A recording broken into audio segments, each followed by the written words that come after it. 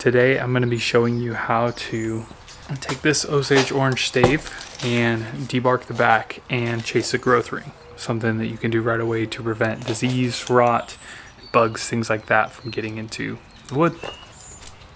One of the interesting things about Osage is if you take it in the summer months when the sap is high, you're going to be able to actually just peel this bark off. It's going to come right off. I harvested this in the winter, so the bark is actually clinging pretty tightly to the stave itself. So what that means is I'm going to need a draw knife to execute this. Now take that with a grain of salt. I have done this before with nothing but a $5 pocket knife from Walmart. It's going to take you longer. It's not going to be fun. Your arm will be tired and sore. Draw knife is the quickest way that I have to do this. Again, all hand tools. I'm working with what I have here. You're going to notice in this, first you start off with the external bark, it's on the outside, and then the white sapwood right here. You're going to want to remove all of that. I have done it before where I've just taken the bark off and not the sapwood. It can work like that, but basically you're shooting yourself in the foot if you're doing this, because this sapwood actually loses moisture very, very quickly, more quickly than anything else. So this has very, very prone to crack if you don't take it off. And taking off that whole external layer is going to ensure that you don't have bugs infiltrating. And I will show you also what that looks like if you do have bugs, worm larvae eating their way into your stave. I've heard of people losing a whole year's worth of wood because they have bugs in their staves. So you can also put diesel on it or insecticide. I've heard of people doing that as well. But this is the old-fashioned way. If you don't have diesel or insecticide to pour all over your wood, if you're afraid of that ruining any of the staves, this is the way that you can go about it. So I want to just take a second to momentarily show you what it looks like if your stave does get taken over by bugs. So I've done a little bit of research on which bug this is, and the answer is I'm not 100% sure. I do know it's white. I've found it before, but you will find these little like black holes. So this is actually a fairly shallow one, so I don't know if you can tell, but it has basically, you can see the end of the hole. So what you could do is you could just shave this off. But some of these other ones are actually deeper. So for example, this one, you can see that it's actually a hole that goes inside. So the reason this one's actually infested with bugs is I picked up this tree and it had fallen down and was beside a creek. So the positive to that, of course, is that the wood is pre-dried out, so to speak. The negative to that is that bugs had a chance to get in. So I did end up getting a quality stave from this tree, but I've had to deal a lot more with bugs that are just like infested everywhere else. So they'll burrow in through the bark, they'll eat quickly through the very light sapwood, and then they'll go in deeper, and sometimes they'll go all the way into the heartwood. And you can see on the back here, the belly of what would be the bow, these are actually just knots in the tree. They're not actually evidence of anything boring in. But if I flip it over for you, here you can see evidence of drier wood. So there's a much higher chance that if you have this drier chalky wood that just kind of peels off when I touch it like that, there's a much higher chance that bugs are going to be infesting this stuff. And you can see that's just flaking off, kind of like chalk. So now we return our focus to the back side of what would be this bow stave, which is ruined. I'm not going to be able to use this for a bow stave. I may be able to use it for something like an axe. Several things that you may need throughout the process. Polyurethane, it doesn't matter if it's old. This is stuff that's just been in my garage that I found from the previous owners of my home. And draw knife. Keep in mind, I have done all of this using just this tiny knife here that I bought at Walmart for $5. So it is possible to do it. If all you have access to is a knife, you'll just basically whittle the back of this and then you can do that. Now you can use a number of things to accomplish this. I bought this draw knife off of eBay for less than 20 bucks, I want to say. It is actually not that sharp, and you don't actually need a super sharp knife to accomplish this. Sharp knife will definitely help. And what I've, believe it or not, found most advantageous to me in my situation is just to allow this to go up against garbage cans. So you can wedge it into a corner, you can put it into anything you like. If you have a vise, you could definitely use that. But the quickest way that I've found is just wedging it up against these garbage cans and going to town. You are going to have to kind of squat and hold this with your legs. So I'm going to, again, ensure that this garbage can is stable and steady. Not to further belabor the point, But part of this is that when I'm doing this, what I'm doing is I'm shaving off this top layer, this middle layer, and then I'm choosing a single growth ring to follow. So let me see if I can get it to focus in on this. It's going to follow a single growth ring. So the growth ring is that dark band of wood. I'm going to follow that dark band all the way around. So again, there's a difference between early and late wood. You want to get the hard stuff, which is the late wood, and the early wood is kind of crunchy and will actually just kind of break off under your draw knife, and it's not good to back a bow with that. The hardwood, you want one single growth ring, so it's like a continuous and solid layer. So it'll end up being about a 1/2 inch of wood on each of these staves to get down and follow that same growth ring all the way around the perimeter of what was this log.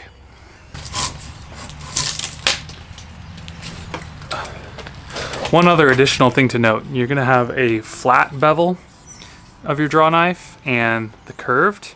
It's going to work best to take off more material if your flat side is facing down on the log and the curved side with the actual bevel is facing towards you. That'll take off more wood and it'll allow the draw knife to actually bite in deeper.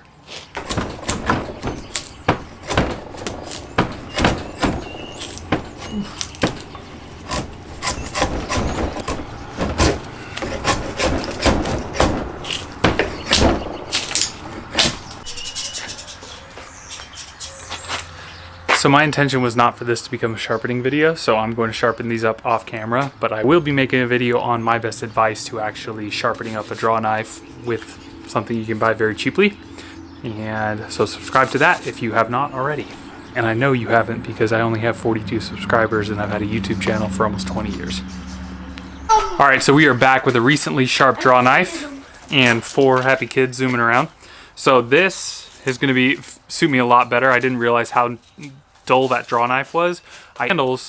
This draw knife belonged to my great-great-grandfather, and as you can see, the handles are a little bit worn out. So I'm gonna have to rehandle these handles. I don't know how to say that. I'm gonna have to rehandle these later, and what I'm actually gonna do now is just wear gloves with them because I might get splinters or other things. So there are a few things that I've learned over probably hundreds of hours of doing this. Again, if you have the bevel facing towards you, you're going to be able to take off a lot more. And if you have the bevel facing the wood itself, you're going to be able to take a lot less. So for starting this process, obviously you want to take out more. So you want the flat side to be facing the wood.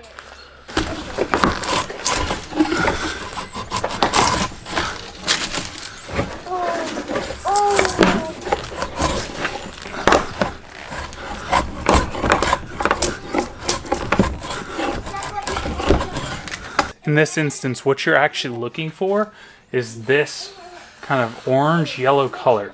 So that indicates that the sapwood is all gone and you are actually getting into a single growth ring. So in this case, all I'm doing is shaving off the final layer of sapwood and getting to that external growth ring. So one of the hardest parts of this to actually manage is the top. So just go slowly because your leverage is going to kind of be working against you on the top. You can go against the grain and not use gravity. That's an option. It just goes slow. It's not intuitive.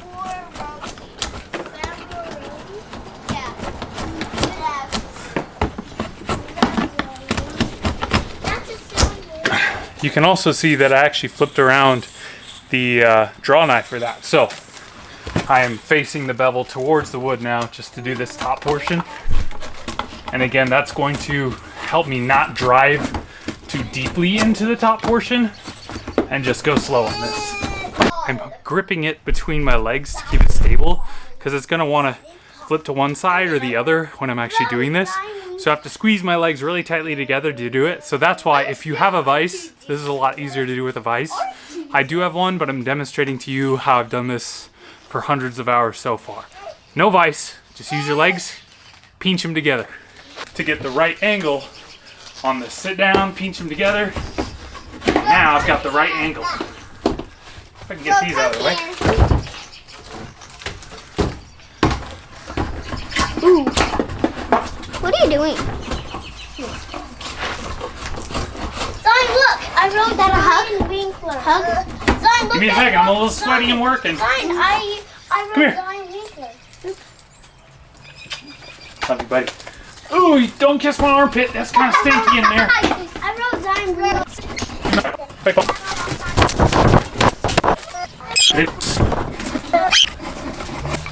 So now, what I'm going to do is flip it upside down and do the same thing on the other side. Kids are hooting and hollering. One final thing you can do to kind of get that final angle better, there's no way around it, it's actually quite hard work, is to like put it in a 3-part nook or cranny, if that makes sense. So for example, right now I've got it between the 2 garbage cans, which are stuck together. I've used this corner of my garage before. So if you're having a trouble getting the draw knife on the right angle for it, if you stick it like in a 3-part nook versus just up against a flat surface, it'll actually help you out quite a bit. So I'm going to finish this last little bit off.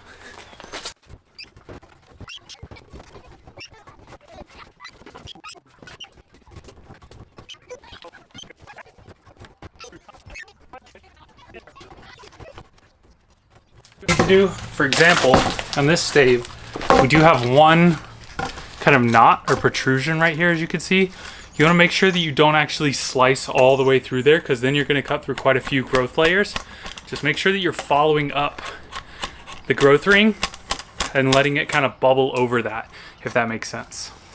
So, and again, on this detail work, like right here, the curvature of the log makes it difficult for you to actually get out this little hollow area right here. So the best thing to do is actually to take a little knife. You can whittle it out. Take that little Walmart knife or anything. And again, most of this you're going to be able to get off with just a draw knife, but this will help if you have a little knife.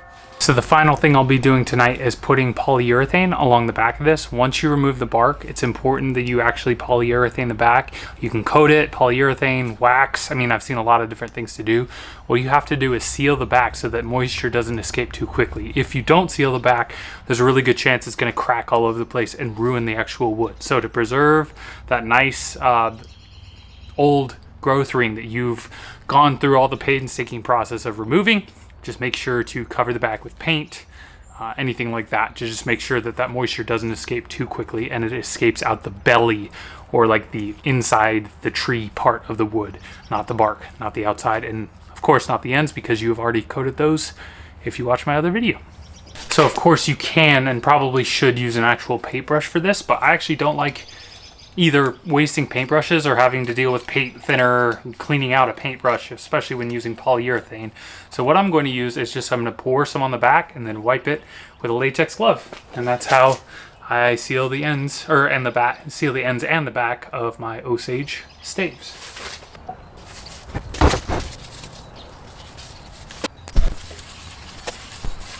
And the cool thing is, this polyurethane is probably older than most of you watching, and certainly older than I am. And I don't know if you guys can also see this on the video, but I'm actually battling with mosquitoes. Battling with mosquitoes in February.